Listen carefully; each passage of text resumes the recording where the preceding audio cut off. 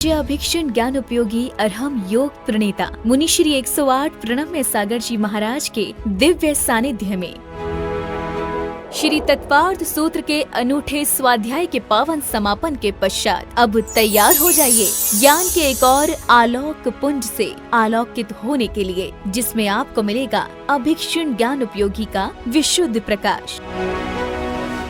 जी हाँ, हम बात कर रहे हैं मुनि श्री 108 प्रणम्य सागर जी महाराज द्वारा रचित एक नवीन आध्यात्मिक रचना नई छेढ़ाला की, जिसे स्वयं वे अपनी सरल, सरस और अत्यंत गूढ़ वाणी में आपको स्वाध्याय कराएंगे, समझाएंगे और आत्मा से जोड़ेंगे। कमिंग सून, ज्ञान का नया सूर्योदय नई छेढ़ाला के साथ,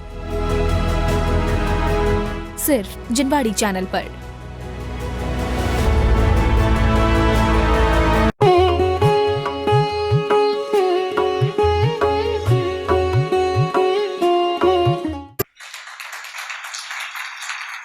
ढाई हजार वर्ष लगातार, और ये शास्त्रीय प्रमाण से चला आ रहा है। 7वीं शताब्दी में ही जब जिनसेन महाराज ने लिख दिया हरिवंश पुराण में, तो समझो उस समय पर भी ये पूरा लोक एक साथ ही दीपावली मनाता था। धीरे धीरे ये विभाजन होते चले गए, परंपराएं अलग होती चली गईं। लोगों के अंदर जब ज्ञान नहीं रहता तो अपने अनुसार वह कुछ भी करने लग जाते हैं। तो तेरस में क्या करते हैं लोग? अब आप बताओ हमको, आप क्या करते हो तेरस को? महाराज नए नए बर्तन लाते हैं घर में खरीद कर,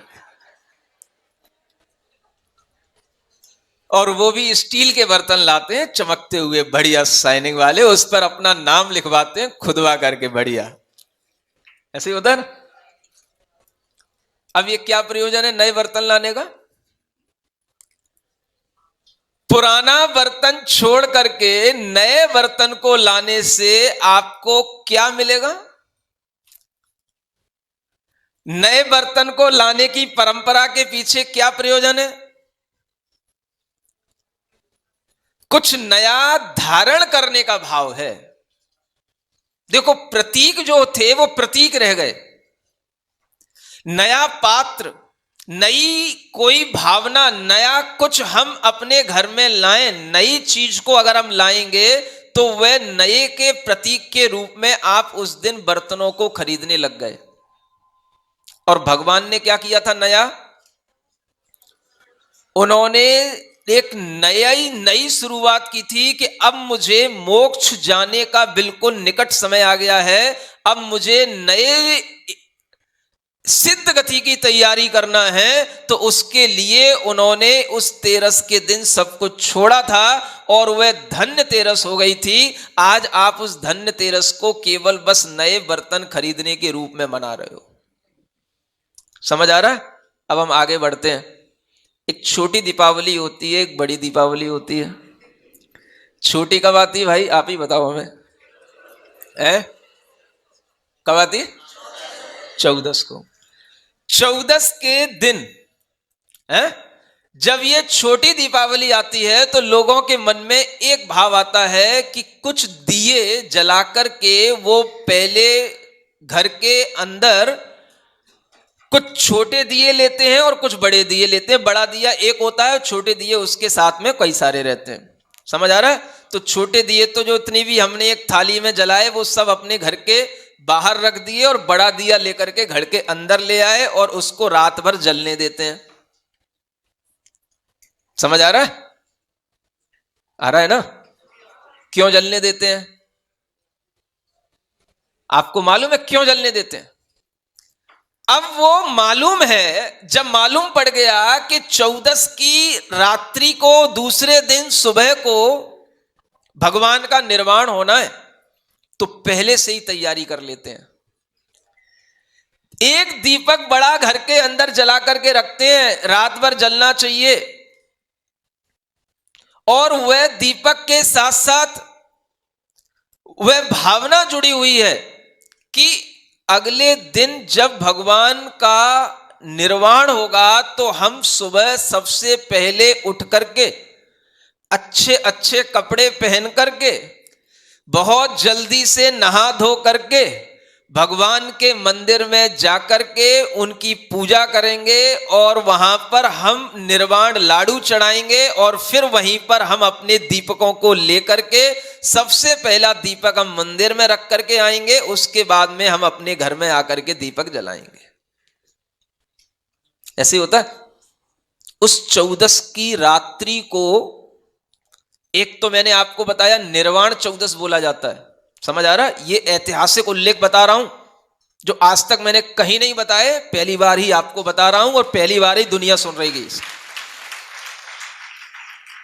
इसको निर्वाण 14 के रूप में भी जाना जाता है, इसको यम 14 के रूप में भी जाना जाता है। किसके रूप में?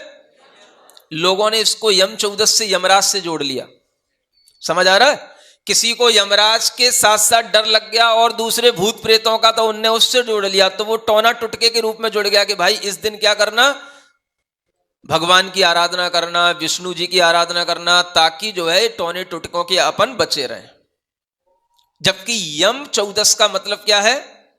यम माने यम को धारण करने वाले वह भगवान महावीर स्वामी, जो पंच यम बोले जाते हैं, पंच महाव्रत, उसको धारण करने वाले वह भगवान महावीर स्वामी का वह यम का अंतिम दिन है, जब वह इन महाव्रतों के फल को प्राप्त करके निर्वाण को प्राप्त हो जाएंगे। इसलिए उसका नाम है यम 14 या निर्वाण 14। लेकिन इससे भी पहले एक चीज और आप लोग करते थे, वो बता नहीं रहे हो। कई जगहों पर एक टेसू की प्रथा चलती है, या नहीं है? या नहीं है? कहां पे? दशहरे पे? अरे नहीं भाई, अरे टेसू भी आता है। अरे तो फिर अलग अलग जगहों पर अलग आता होगा, मैंने तो खुद करा है, बता रहा हूं आपको। उसको भी तेरस के दिन लाया जाता है।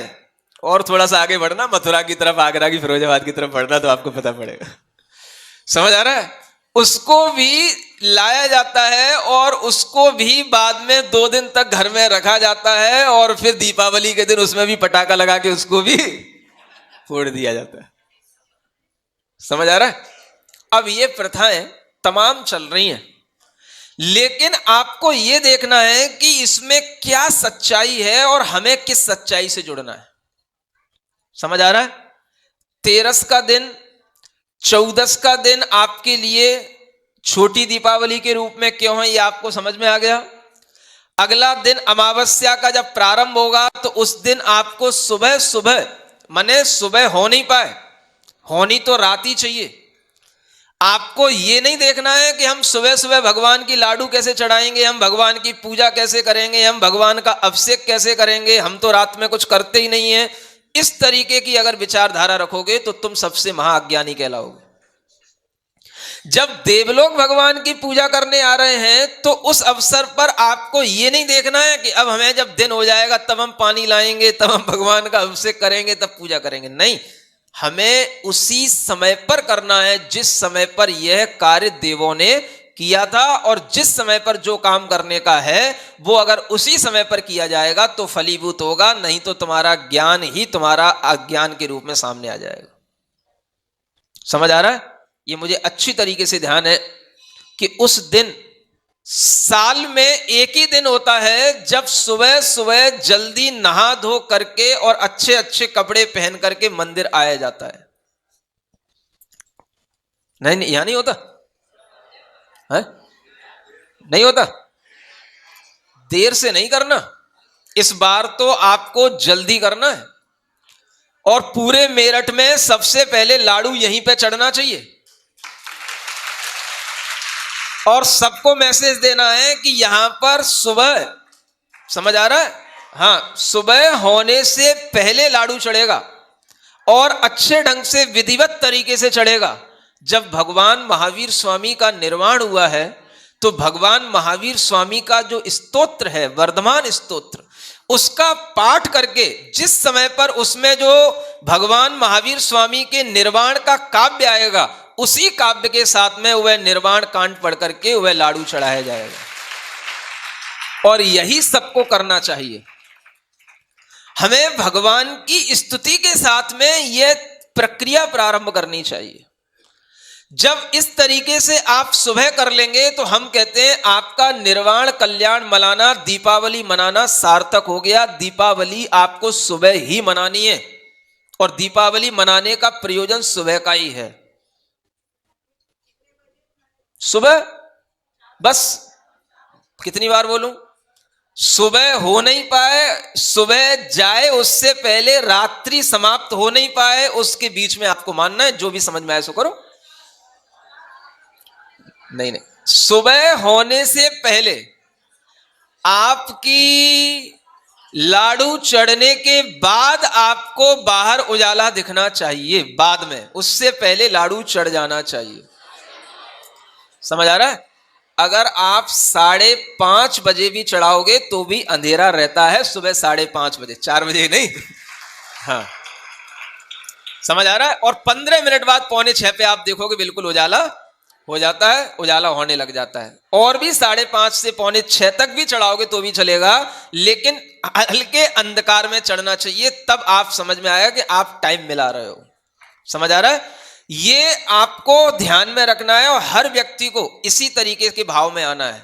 पुरानी पंडिताई नहीं दिखाना कि मैं रात में पूजन नहीं करता, कि मैं रात में अभिषेक नहीं करता।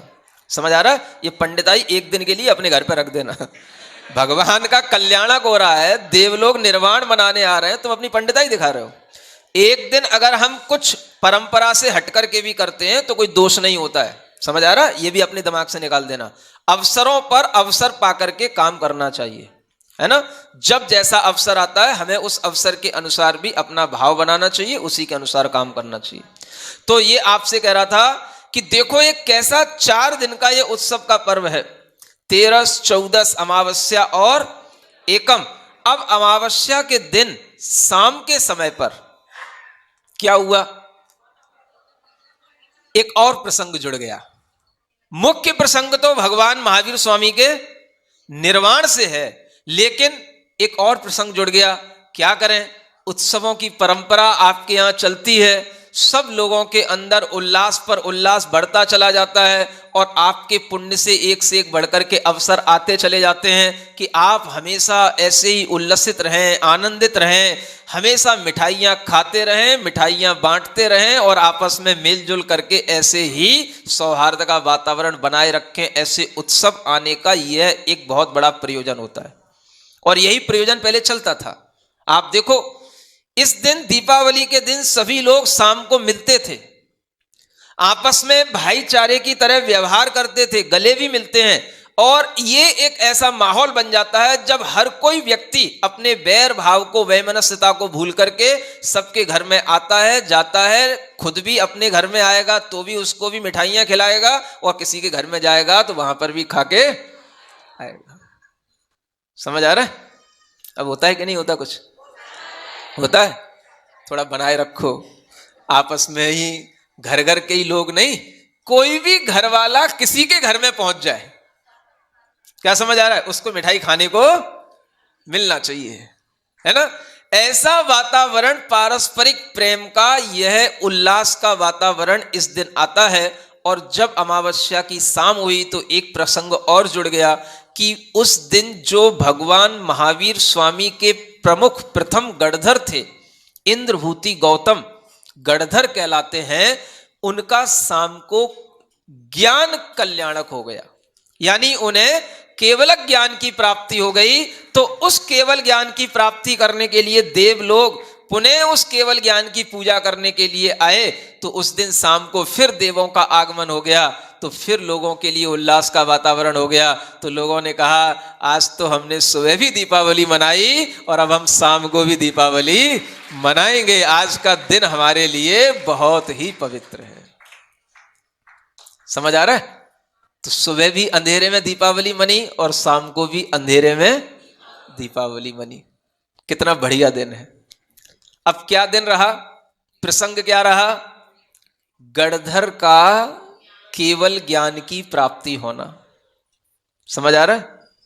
अब देखो, वो तो केवल ज्ञान हो गया, कुछ समय तक लोगों के दिमाग में बातें रहीं, 100-200 वर्ष तक। उसके बाद में धीरे धीरे आदमी जब ज्ञान से हटता चला जाता है तो अपनी बस केवल परंपराएं रह जाती हैं और उसी में वो ढलता चला जाता है। अब आप शाम को क्या करते हो, क्या होता है घरों में, देखो सुनो क्या होता है।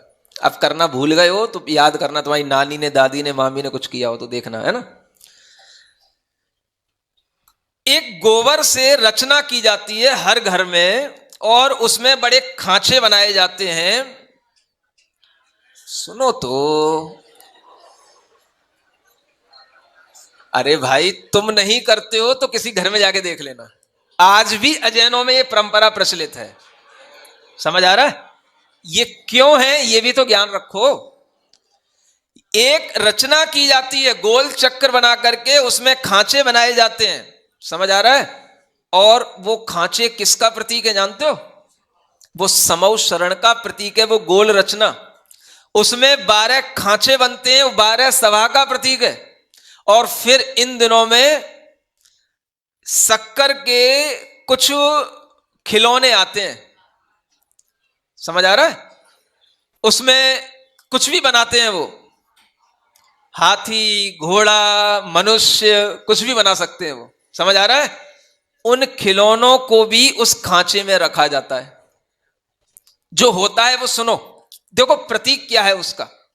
ये क्या मतलब है कि समौ शरण में त्रियंश भी रहते हैं, मनुष्य भी रहते हैं। इन सबका प्रतीक वो परंपरा चली आ रही, आज भी अजैनों में मनाई जा रही। जैन लोगों में वो कम हो गई, कोई बात नहीं। सुन रहे हो। अब देखो बीच में एक और चीज रखी जाती है जिसको घरंडी बोलते हैं। हाँ वो घटड़ी जो कुछ भी हो तुम्हारी भाषा है। वो भगवान, वो जो केवल ज्ञान को प्राप्त हुए गणधर परमेष्ठी है, वो उनका प्रतीक है। समझ आ रहा है। और उन्हीं गणधर को गणधर भी कहा जाता है और गणेश भी कहा जाता है। गण के जो ईश हैं उन्हें गणेश कहा जाता है। समझ आ रहा है। तो गणेश जी को उस दिन, इंद्रभूति गणेश जी को उस दिन केवल ज्ञान रूपी लक्ष्मी की प्राप्ति हुई। समझ आ रहा है। तो वह गणेश जी की भी और लक्ष्मी जी की भी अलग अलग तरीके से पूजा और उनकी भी फोटो रख करके लोग अपनी मान्यता में वह पूजा प्रतिष्ठा करने लगे। प्रतीक क्या है, गणेश माने गणधर परमेष्ठी को, लक्ष्मी माने केवल ज्ञान की लक्ष्मी प्राप्त हुई। समझ आ रहा है।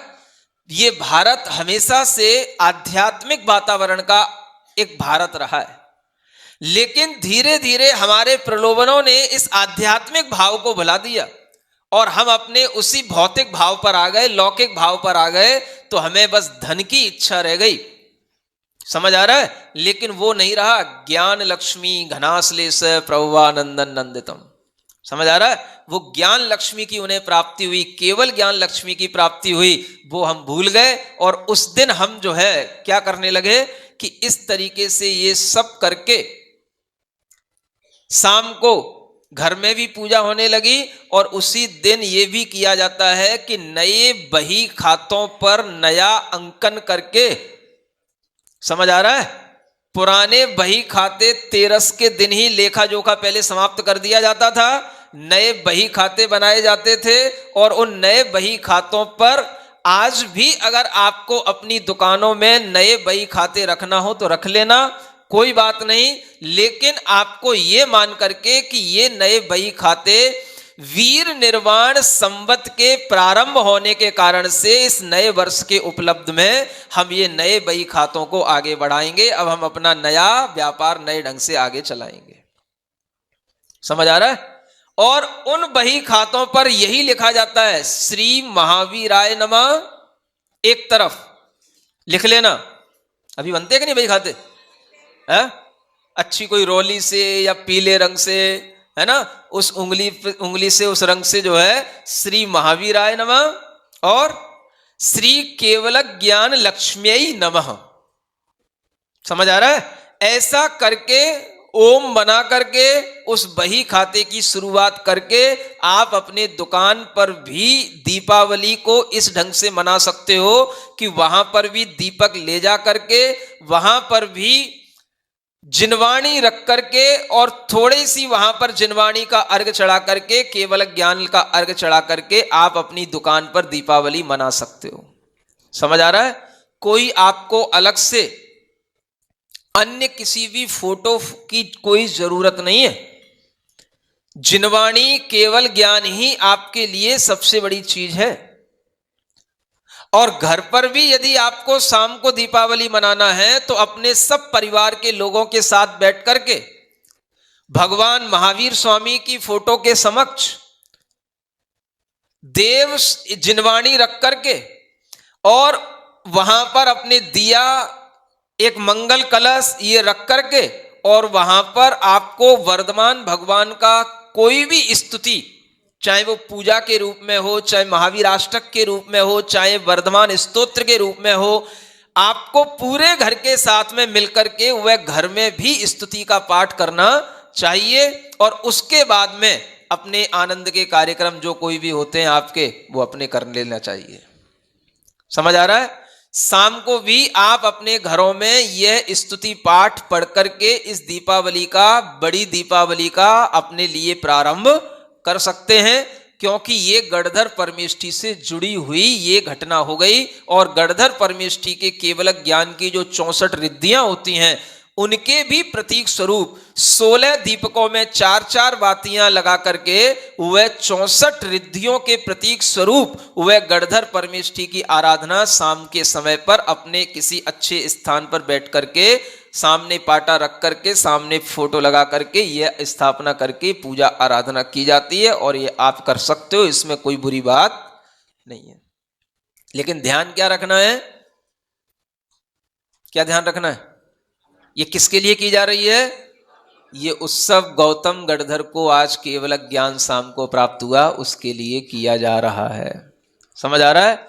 फिर जो है मंदिर में भी आकर के शाम को कुछ दीपक लगाए जाते हैं, फिर अपने घर में भी लगाए जाते हैं। जो आप करते हो वही करो, लेकिन ये मूल बात जो सैद्धांतिक है उसे अपने ज्ञान में रखे रहो कि सुबह जो निर्वाण कल्याणक हुआ, वस्तुतः दीपावली का संबंध उस निर्वाण कल्याणक से है, शाम को केवल ज्ञान कल्याणक से है, लेकिन मुख्यतः उसमें भी हमें निर्वाण कल्याणक के सुबह के समय को ही देना है। समझ आ रहा है? तो आप सुबह भी दीपावली अपने घरों में जला सकते हो, अपने घरों में मंदिरों में दीपावली का प्रयोग कर सकते हो। इस शास्त्रीय आधार पर हमने बताया आपको। समझ आ रहा है? जो कुछ भी चल रहा है वो अलग बात है, लेकिन जिन्हें प्रामाणिक ज्ञान की जरूरत होती है वो इस बात को सुने और इसी प्रवचन को लोगों को सुनाए, ताकि लोगों के अंदर एक सम्यक ज्ञान की बात आए। जो लोग धीरे धीरे अपने लाइन से अलग हटते चले जाते हैं, उन्हें पुनः लाइन पर आना हो, ताकि उन्हें पता पड़े कि ये निर्वाण का कितना बड़ा महत्व है। अन्य जो कुछ भी परंपराएं हैं वो सब बाद की हैं। सबसे बड़ी परंपरा वीर निर्वाण महोत्सव के रूप में है, और वीर निर्वाण संवत की जानकारी भी हर बच्चे को होनी चाहिए। समझ आ गया? जैसे अपनी बर्थडे की जानकारी रहती है, अपना उम्र की जानकारी रहती है, ऐसे भगवान को निर्वाण हुए कितना टाइम हो गया? 2545 वर्ष हो गए, अब 46वां लगने वाला है। ठीक बात? इतनी जानकारी पर्याप्त है? क्या का तारीख? देखो मैंने आपसे क्या किया, निर्वाण का संबंध किससे है? बस उसमें तो कहीं कोई विसंगति है ही नहीं है। बाकी जो आपको करना है वो आप किसी भी टाइम पर कर सकते हो, और वह निर्वाण का संबत उसी दिन है, तो आपको उसी दिन जो है अमावस के सुबह, जो आपके लिए कौन सी तारीख पड़ रही है? 28 की सुबह, जो आपके लिए दीपावली मनाने का भाव है उसमें कहीं कोई विसंगति नहीं है। दीपावली उसी को समझो, यही हमारे लिए मुख्य दीपावली है। और शाम को जो है वो आपके लिए गणधर परमेष्ठी के ज्ञान कल्याणक स्वरूप है, उसे भी आप अपने घरों में मना सकते हो, अपनी दुकानों में भी मना सकते हो, कोई बाधा की बात नहीं है। समझ आ गया? चलो आज के लिए इतना ही पर्याप्त है। बोलो महावीर भगवान की। श्री वर्धमान जिन देव पदारविंद युग्मस्थिताङ्गुलिनखांशु समूहभासि प्रद्योतते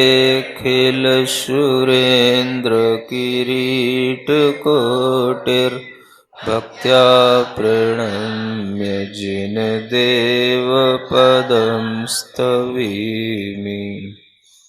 अंतिम शासन तीर्थंकर देवादिदेव श्री वर्धमान महावीर भगवान ने की। परम पूज्य आचार्य गुरुवर श्री विद्यासागर जी महाराज जी की। आज काव्य नंबर 20वां पढ़ना। प्राप्त क्षयोपशममात्र कषाय तुर्यो मत्तेऽपि वृद्धिमुपयाति परं चरित्रम् त्वं वर्धमान इति नाम भुवे प्रपन्नो न्यासे प्रभाव इह नामनि भाव मुख्या। चौथी कषाय मात्र का जिनको क्षयोपशमगत भाव रहा हो प्रमत्त यदि बीच बीच में वर्धमान चारित्र रहा। इसीलिए तो नाम आपका वर्धमान भी ख्यात हुआ।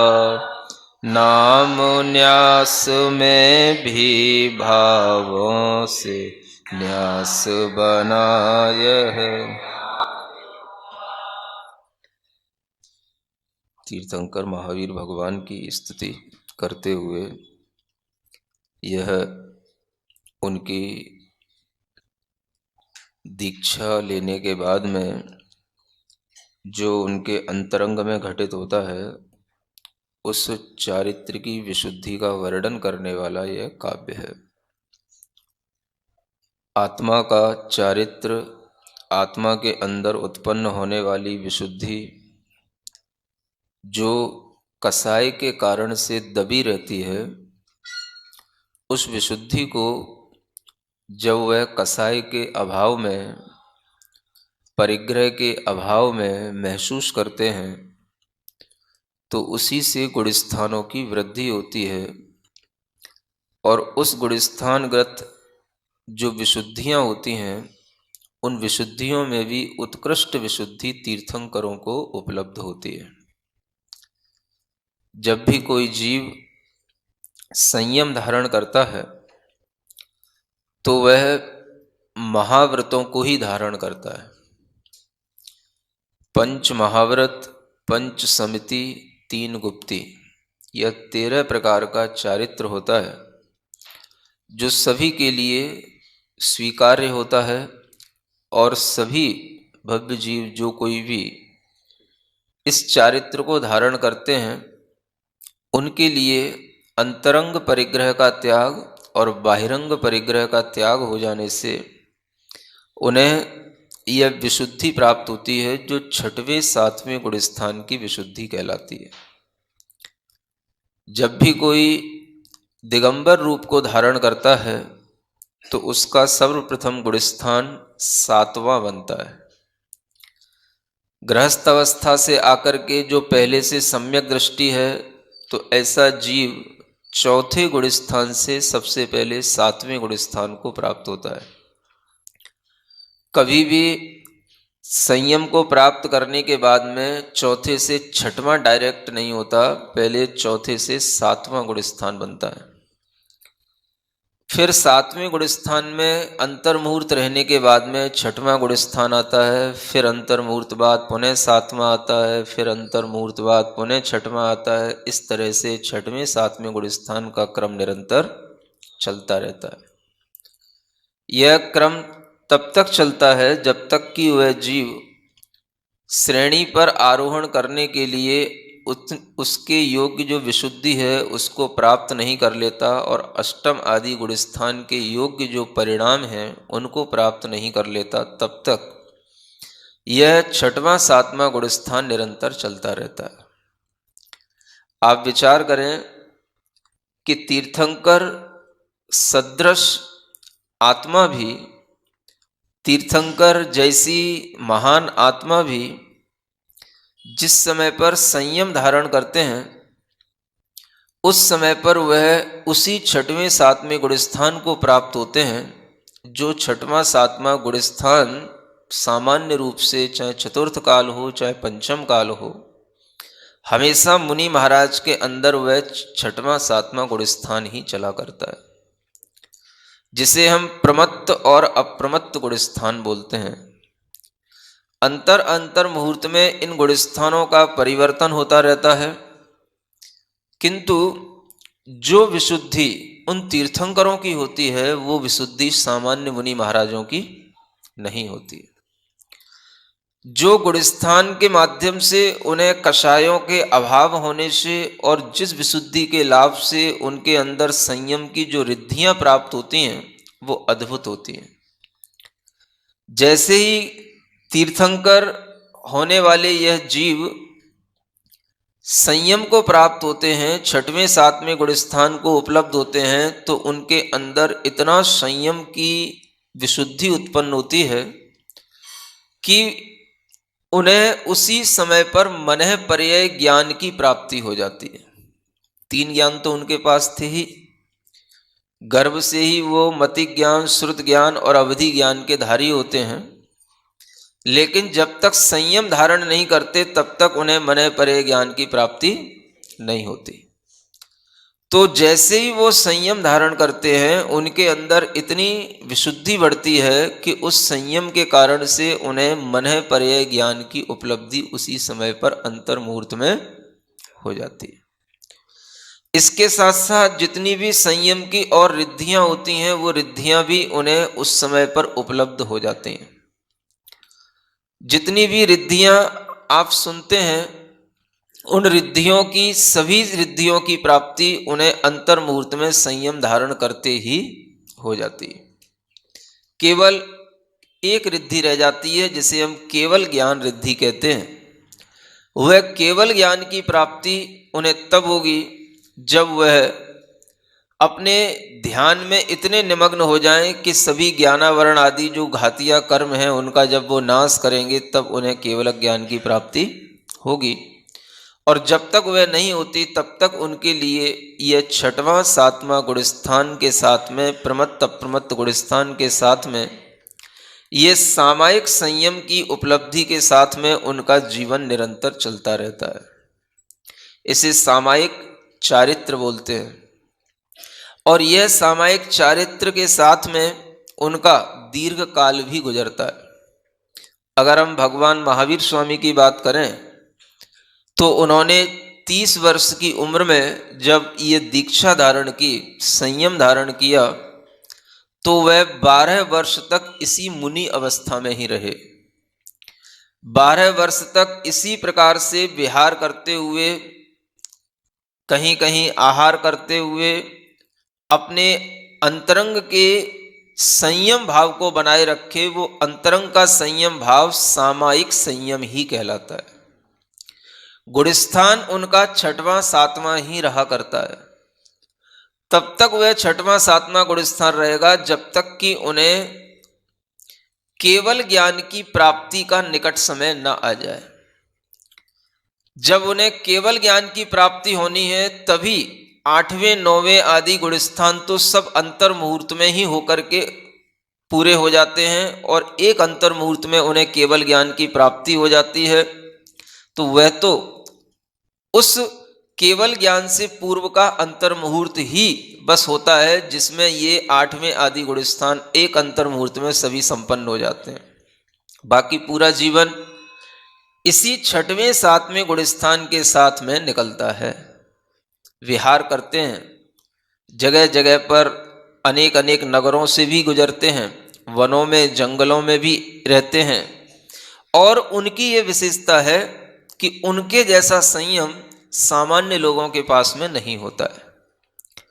कभी भी वह सोते नहीं हैं, मुनि अवस्था में भी निरंतर जागृत रहते हैं। उनका शरीर इतना बलिष्ठ होता है कि उन्हें किसी भी प्रकार के तप करने से उनके शरीर में कोई भी दोष उत्पन्न नहीं होते, बीमारियां उत्पन्न नहीं होती। निरोगता उन्हें स्वभाव से मिली हुई है। वह कितनी भी तपस्या करें उनका कभी सिर नहीं दुखेगा। समझ आ रहा है? कितना भी वह ध्यान में बैठे रहें कभी उनको आकुलता पैदा नहीं होगी। कितनी भी वह ध्यान में खड़े रहें उन्हें शरीर में कष्ट महसूस नहीं होगा। क्यों नहीं होगा? क्योंकि उनको जन्म से ही वज्र वृषभ नाराज सहनन मिला है, स्वरूप निरोग शरीर मिला है। ऐसा अद्भुत शरीर मिला है कि जिस शरीर में कितनी भी गर्मी में धूप में बैठे रहो कभी पसीने का एक कण भी नहीं आएगा। समझ आ रहा है? इतना बढ़िया जिनको शरीर रूपी घर मिला हो तो उसमें बैठी हुई आत्मा को क्या कष्ट होगा। और वह आत्मा कष्ट को प्राप्त नहीं भी होती है तो भी ऐसा नहीं है कि वह उस शरीर रूपी घर में आसक्त हो जाती हो। सबसे बड़ी बात तो यह है कि उन्हें इतना अच्छा शरीर रूपी घर मिलने के बावजूद भी वो उस घर में आसक्त नहीं है। समझ आ रहा है? और वह अपनी आत्मा के सामायिक चारित्र की, आत्मा के ही समभाव की, आत्मा के ही ध्यान परिणाम की ओर ही उनका पूरा का पूरा पुरुषार्थ रहता है। आप समझो कि कितना जबरदस्त पुरुषार्थ करना पड़ता है, तब आत्मा के लिए एक अंतर मुहूर्त में उस आत्मा का आत्मा में अवस्थान होता है, माने आत्मा की आत्मा में स्थिति होती है, आत्मा का आत्मा में ही टिकाव होता है। समझ आ रहा है? आप लोग, हम लोग बड़ी सहजता से बोल देते हैं आत्मा को आत्मा में रमाओ, आत्मा को आत्मा में लगाओ। जो व्यक्ति इतने तीव्र तप के साथ में, इतने परिग्रह त्याग के साथ में, तीव्र विशुद्धि के साथ में अपना जीवन निकाल रहे हैं, उनको भी आत्मा को आत्मा में एक अंतर मुहूर्त तक लगाए रखने के लिए इतना समय निकालना पड़ता है, इतना पुरुषार्थ करना पड़ता है। समझ आ रहा है? तो ये ध्यान में रख करके चलना होता है कि आत्मा हमारी पकड़ में आने वाली चीज नहीं होती है। आत्मा की पहले हमें धारणा बनानी पड़ती है। धारणा जब बनती है तब वो ध्यान में परिणति आती है।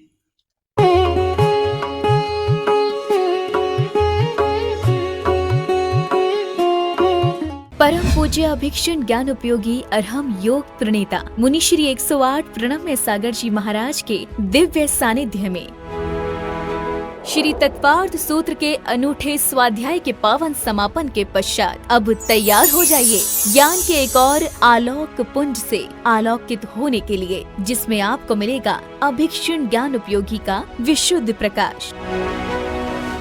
जी हाँ, हम बात कर रहे हैं मुनि श्री 108 प्रणम्य सागर जी महाराज द्वारा रचित एक नवीन आध्यात्मिक रचना नई छेढ़ाला की, जिसे स्वयं वे अपनी सरल, सरस और अत्यंत गूढ़ वाणी में आपको स्वाध्याय कराएंगे, समझाएंगे और आत्मा से जोड़ेंगे। कमिंग सून, ज्ञान का नया सूर्योदय नई छेढ़ाला के साथ, सिर्फ जिनवाड़ी चैनल पर।